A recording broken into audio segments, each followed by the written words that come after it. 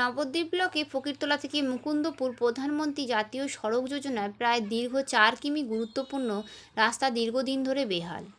জেলা প্রশাসক থেকে শুরু করে প্রশাসনের বিভিন্ন দপ্তরে আবেদন নিবেদন করেও সুরাহা হয়নি।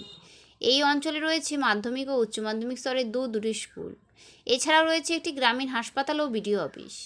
সর্বোপরি এই রাস্তার সঙ্গে সংযোগকারী নবদ্বীপ কৃষ্ণনগর রাজ্য সড়কের অন্যতম গৌরাঙ্গ সেতু রোড।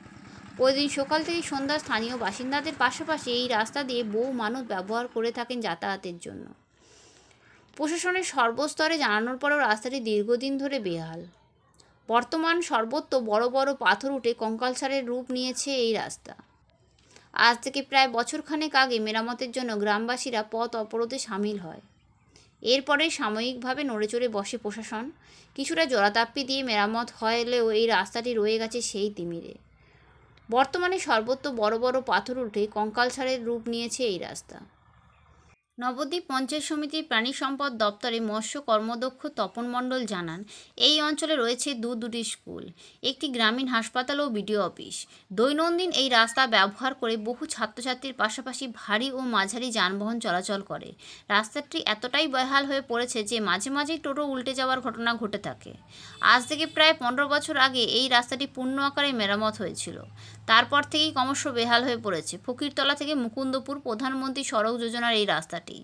আজ থেকে প্রায় বছরখানেক আগে রাস্তা মেরামতের জন্য গ্রামবাসীরা রাস্তা অবরোধ করতে বাধ্য হয়।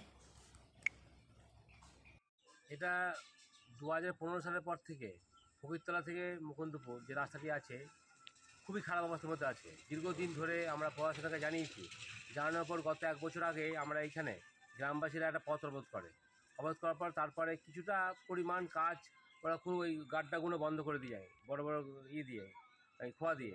কিন্তু তারপরে দেখা যায় কি কিছুদিন পর সেগুলো সব উঠে চলে যাচ্ছে। এখন মানুষ দুর্বিষহে হাঁটাচলা করে, কারণ হচ্ছে এই রাস্তাটা এমন গুরুত্বপূর্ণ রাস্তা।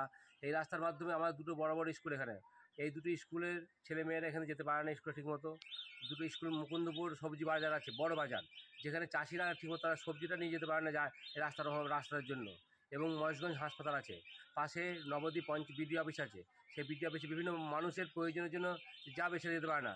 বিশেষ করে তারপর নবদ্বীপ আমাদের এখানকার বাঁশদারবাসী আমাদের পঞ্চায়েত অফিস হচ্ছে শিমুলগাছি গ্রাম পঞ্চায়েত, শিমুলগাছিতে, সেখানেও মানুষ যেতে পারে না, কোনো টোটোওয়ালা একটা যেতে পারে না। দীর্ঘদিন মানুষের সমস্যা সম্মুখীন হচ্ছে রাস্তার জন্য।